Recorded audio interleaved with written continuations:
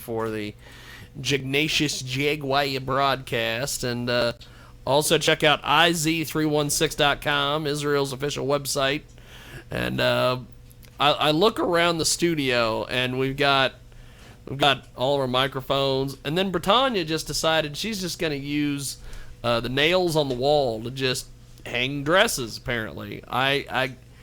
She is so obsessed with trying to make women that possibly will come in here aware that this is her territory. And that is the way things are.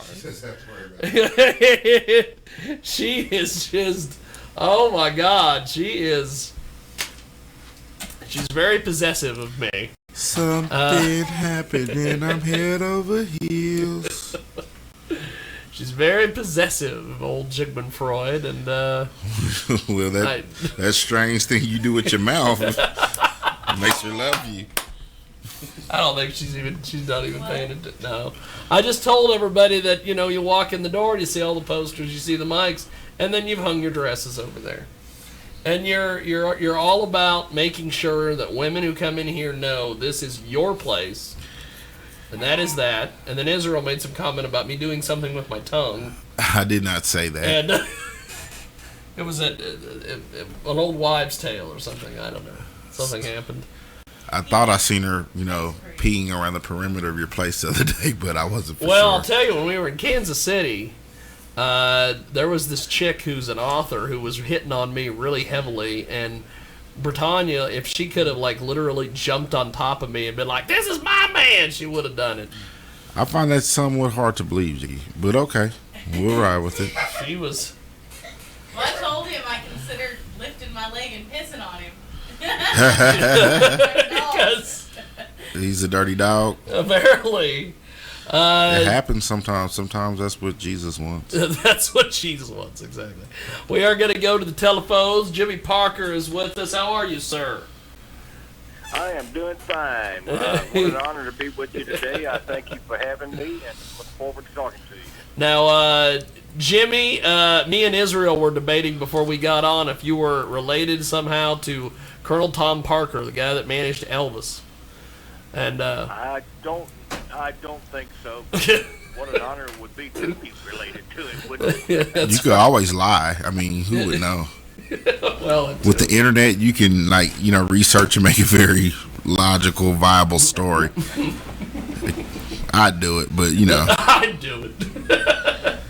Now, Jimmy, how did you get started doing the music thing? Oh, I've been doing music pretty much all my life. I started piano lessons when I was about 6, 7 years old. Took them 4 years. Then I learned I could take the guitar around a lot easier than I could a piano back in them days. Back in them days, you didn't have the keyboard systems that you have now. You can take under your arm, But started learning to play little guitars about 13 years old. Got in a band. Yeah. And started singing. And most of the time, people said, "You sing, we'll play the guitar." So I just took off from there. Did a lot of rock music back then. 60s and 70s. In my growing up days.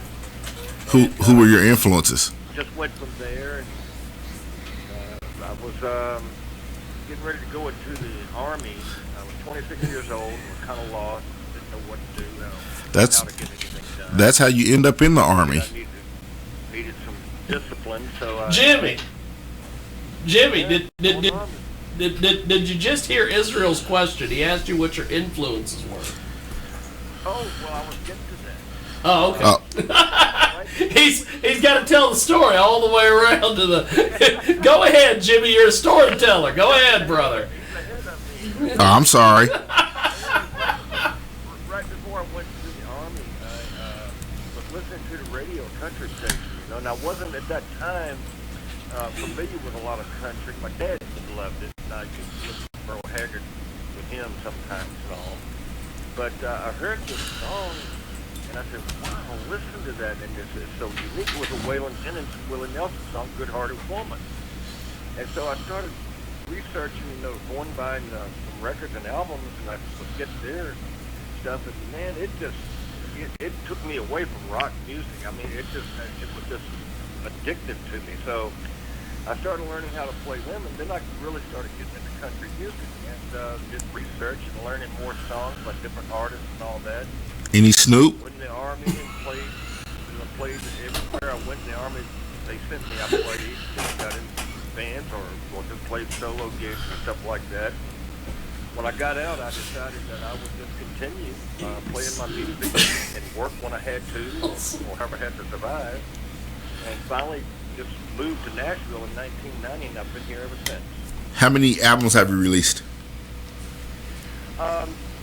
Well, in 1996, I got out of music. My wife at that time got very ill, and she never recovered from that. And I got out of music to take care of her. And then she passed away in 2003, and I basically put my guitar up and didn't play for about 7 years at all. And after she passed away and everything, I went through the mourning period and everything. I decided one day I saw my guitar in a closet, and I just decided to pick it up and sit down playing. And I wrote a song. It was a song that I wrote based on an experience that I had with her spirit one night, and it's called Warm Love. I recorded that, and I wrote some more. Got with a good friend of mine, Jimmy Frizzell, who is the nephew of Lefty Frizzell, the famous country singer. He and I wrote That's cool. So I said, well, I'm just going to do an album in her memory.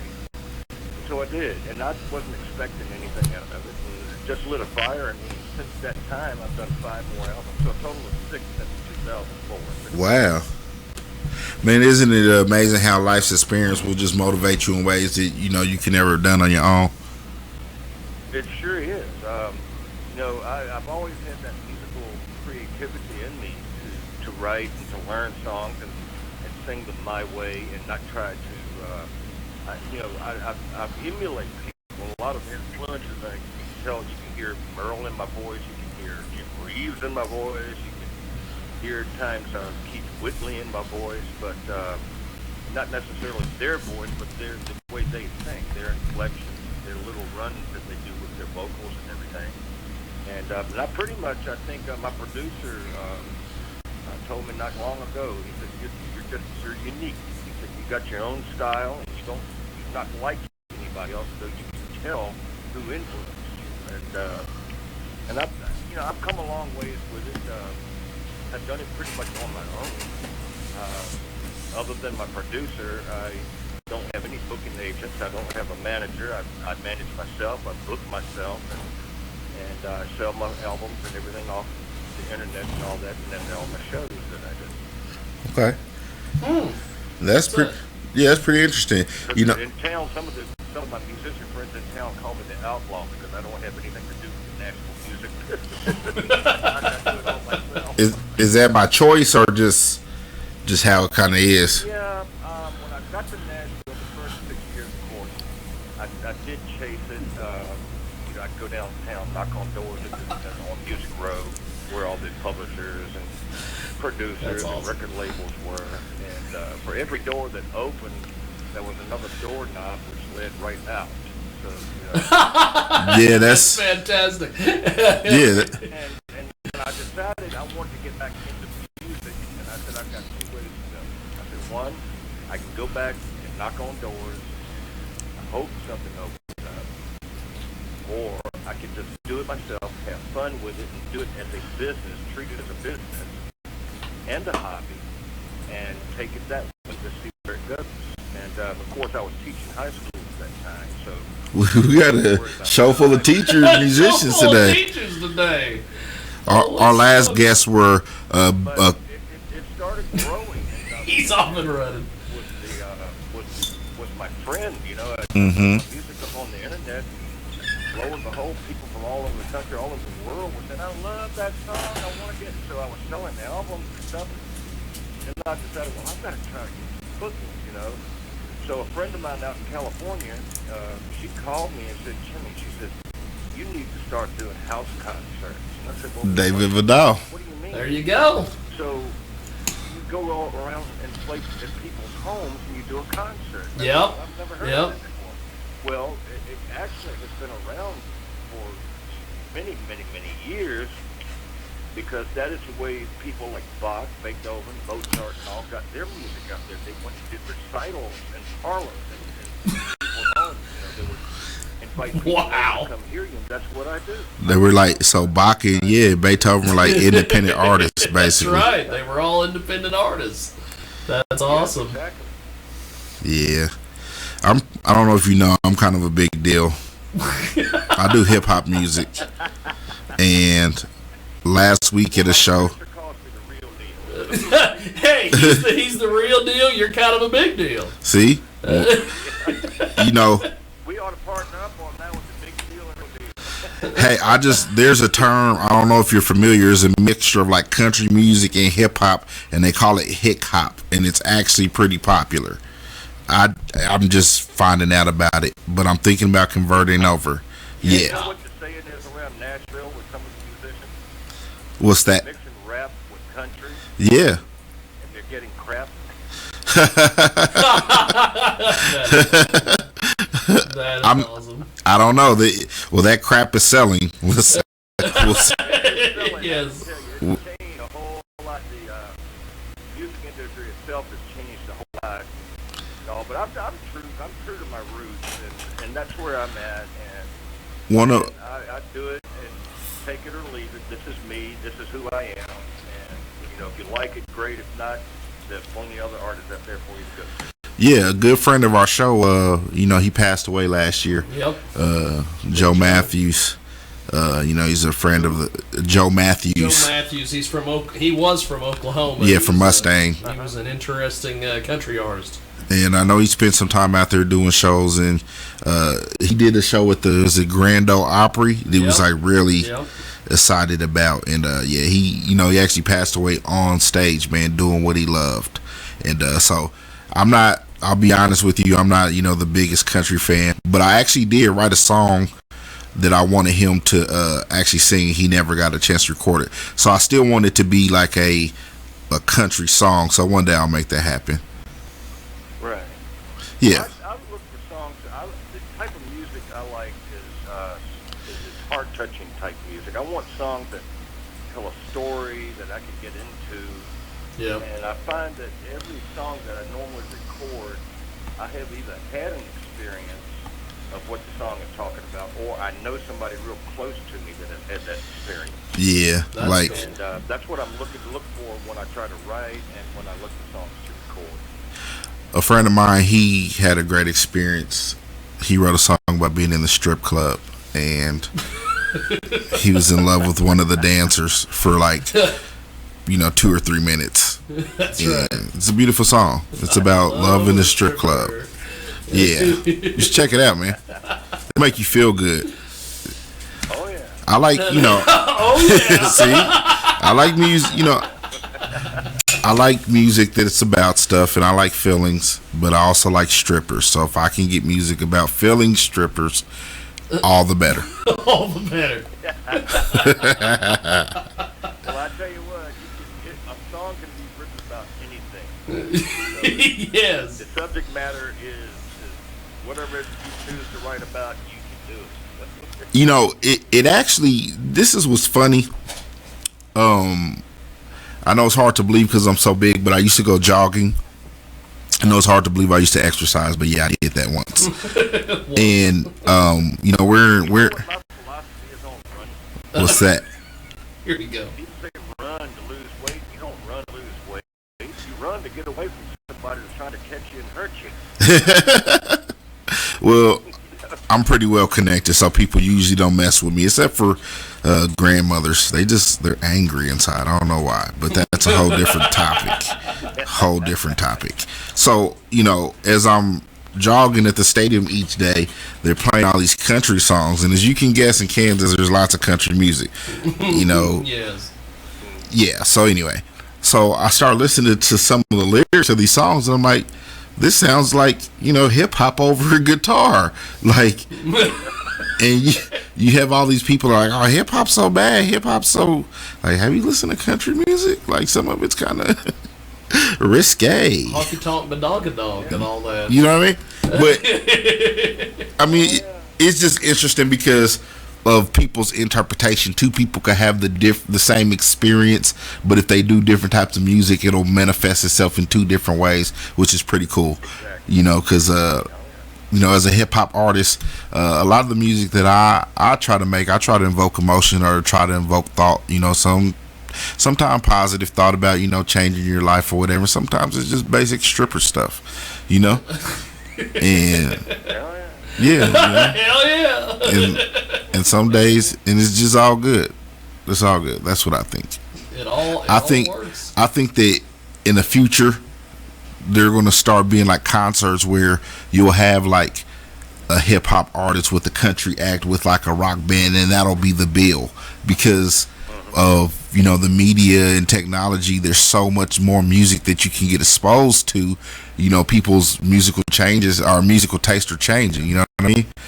And I think it's a beautiful thing. But all the shows should be done in Colorado so we can get high while we watch. But that's just my suggestion. Well, they don't call it the Mile High City. Oh, Mile High is an understatement. It's 10 miles high, boo. That's a whole different show. It's arguing details. Yeah.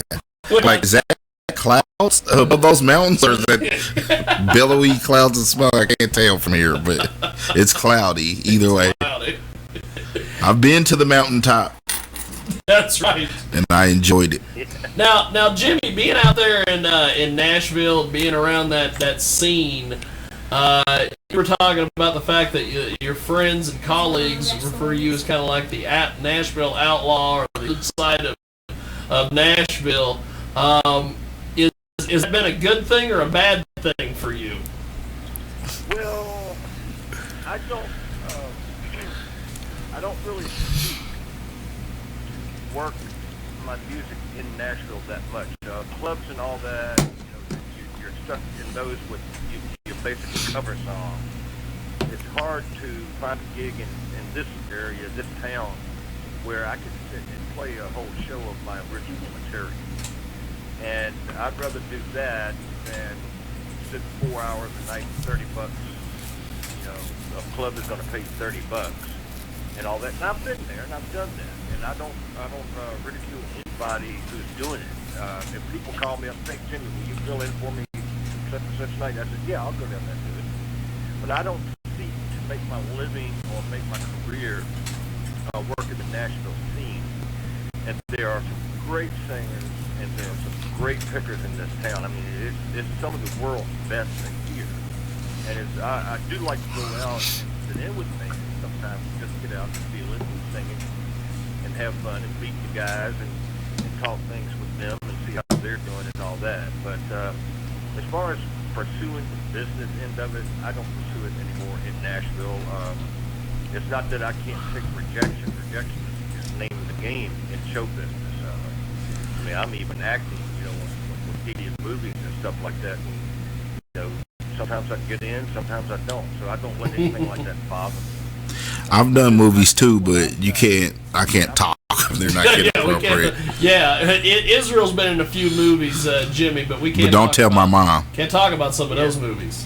But the thing is I push myself to go out of Nashville to better money outside of Nashville, and the fans are much more receptive to a traditional type country music that I play, more so than here in Nashville. A lot of the clubs are going, really, they're keeping up with the top 40 and all of the new music that's coming out. It's very, they have them, but it's very few clubs around that stick to the traditional countryside or the history of country music. I think that's with all art forms, though. That's all well. It's my decision, and I've been doing very well with the house concerts. I've traveled from here to as far as San Antonio, Texas, as far as Concord, New Hampshire, Nebraska, as far out to California. I performed out there, as well as done some acting out there too. I've even filmed some of my videos out in California. Where can we find your videos at? I'm sorry? Where can we find your videos online? Like, where can... You can find them on YouTube. One of the songs I sent you, Daddy, I think I included a video link to that one. But if you go to YouTube and just put my name, Jimmy Parker, most of my videos will pop right up. Okay. And what about social networking? Look at that. I'm on Facebook. I'm on Twitter. Twitter. I said Twitter, but it was Twitter. Same thing. Same thing. Basically, it's Jimmy Parker Music. Twitter, however they do it. But, Jimmy Parker Music on Facebook. Jimmy Parker Music on Twitter. And I've got Reverb Nation. Okay. ReverbNation.com/Jimmy Parker. You can hear all my songs. And of course, my website, www.jimmyparkermusic.com. You should check out an artist from Nashville by the name of Haystack. Haystack. That name Yes. Bill. He's pretty big out there. And I just don't mean in the waistline. The guy's released probably like 40 albums. He's from Nashville. You listen to much hip hop, Jimmy? I'm sorry? You listen to much hip hop, Jimmy? No, not too much hip hop, no. You should try. Maybe you should make a rap song. Maybe you should make a rap song. It is the most popular selling music online globally. I tried rapping one time and it's like dancing. I can't dance. I just hang on up the I was trying to. That is awesome.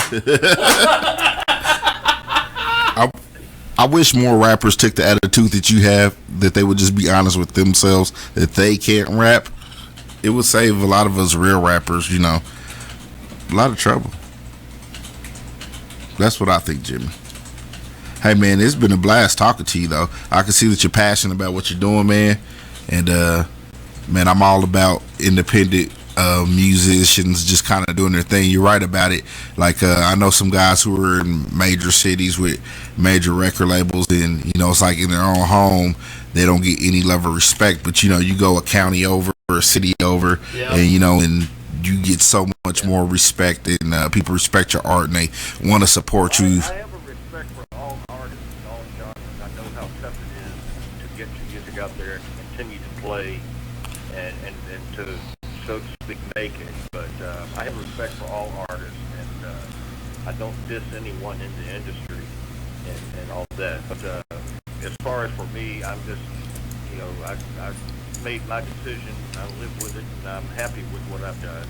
And I'm very honored that so many people have called me and asked to come perform, or have even just called to buy my CDs or contact me to buy CDs and stuff. And, as long as I'm having fun with it and make a little money at it, I'm happy. You should make a lot of money, and then you should buy those record labels. That's good. I've made some good money for some of my shows, and then there were shows I didn't make anything.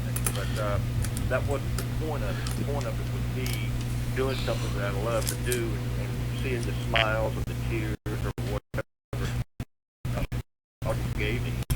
That's a blessing in itself, and the money is just when I get booked for a show and they don't pay, I run up a tab and walk out on them. But that's just me. I just gotta feel like I at least broke even. I just feel like I broke. Sometimes I might take $1 or $2 out of the tip jar so I can at least get Burger King on the way home. Yeah.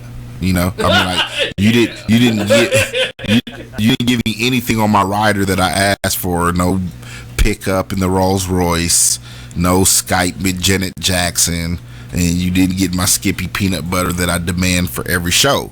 So I gotta take a couple of dollars out the tip jar. I'm sorry, if you pay me next time, then I won't, and I'll stay for my tab. But yeah, top shelf. I'm buying at the bar, and then I disappear. At the bar. That is awesome. well, Jimmy, we're gonna let you go for today. We're gonna play "Daddy" as we go. Tell me a little bit about this track. All right, this is a song written by a friend of mine. I've never met him, but he's an online friend. I got to know him through my producer, talking with him on the phone sometimes and all. But it was written by a friend of mine out in Canada, Lauren Wolf, and it was a true story on him. But I knew of some people who had gone through the same thing. And when I heard it, it brought a tear to my eye. And so I recorded it, and it went straight to number one. It debuted at number one on the Independent Music Network out of Los Angeles, California, back in 2011, I think. Wow. When I released, I think it was 2011. But it was my first number one on the Independent Music charts, and it grew, and that basically is what introduced me to the internet. A lot of people were picking up on it. Then we did a video on it, and the video, unfortunately, it hasn't gotten a lot of views, but the people that saw it came to me as a fan. That it increased my fan base so much, and all. But I've got other, like I said, other videos out there. Daddy is a very, very touching song about a dysfunctional family through the eyes of a father who reads a note that his little girl, or reads a diary book that his little girl is writing while the family is in dysfunction. And very touching song. Very touching song. Well, we're going to do this. We're going to play this track. We're going to say goodbye to you for today, my friend. And hey, man, it was a blast having you. Appreciate having you on. Well, thank you for having me. It was an honor to talk to you about this. Definitely. Thank you, sir. Jimmy Parker with us today. We are going to take a timeout, play this track. Israel's going to go, I guess, smoke or something. I don't know what he's going to do. He's gonna I'm not. I'm a Christian. And then we're going to come back. Also, Skeeter Rock is going to be here in about 3-4 minutes. Ow! And he's going to be talking about Bone. Whoever this guy is. We'll figure that out. Here it is. Jimmy Parker with Daddy on the world famous Jaguar Experience. Ugh.